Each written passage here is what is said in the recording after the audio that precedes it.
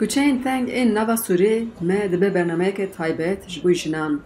Hêvîgatar derhênera belgefîlm û xwendekara doktorayê li Parîsê ji bo jinan bi sernavê gotûbêjên sînemaya guhezbar û nîgaşên jinên Kurd xebateka çandî amade dike. Armanca min ne tenê temaşaya sînemayê. Di heman demê de dixwazim demajin temaşe dikin ka çiqas çîroka xwe navê de dibînin. Yanî ez dibim pira nav jinê Kurd û sînemaya Kurdî. Amed rawestgeha sêyem ya hêvî ye. Bername li Amedê li navenda çand hunerê ya Dicle û Feratê bû. Di vê xebatê de heft fîlmên derhênerên Kurd ku çar jê jinin hate pêşkêşkirin. Berya Amedê hêvîgatar li Dêrsim û Wanê xwegihandiye jinên li gund û navçeyan. û got taybet li bi fîlmên kurmancî û zazakî xwestiye xwe bigihîne wan jinên Kurd ku li ser perdeya sînemayê dengê Kurdî nebihîstine. Berî jî çûne sînemayê, lê tenê fîlmê sînemaya Tirkî dîtine. Bi xêr e sînemaya guhezbar jin bûn xwediyê derfeta ku sînemayê bi zimanê xwe êdayîkê temaşe bikin. Ji ber wî dema fîlmê temaşe kirin têda xwe dîtin. Çîroka xwe ên dora xwe dîtin. Yanî bû serencamek kirdewar. Fîlmê ku bijartiye jî taybet yê ku balê dide ser rola jinan di civaka Kurdan de. Hêvî destnîşan kir di gotûbêjan de jin analîzên civakî dikin ku ew jî qet ne hêviya vê yekê bûye.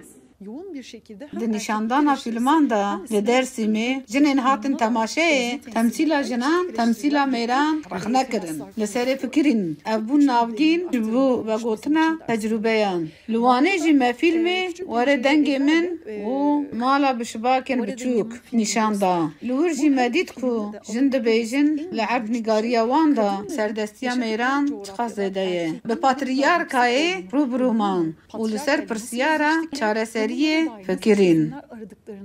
Ev proje bi hevkariya Komeleya Ziman Medder û Komeleya jinên hunermend Kasedê hata amadekirin. Sînema bi giştî li cîhanê de weke sektorek mêratê hesibandin. Weke ku hinekî hatiye qadeke dagirkirin jî yanî ji bo jina pir derfetiyan tiştên dibin kevaneke de naîv, tiştên ku jin bi karberake tê hesibandin.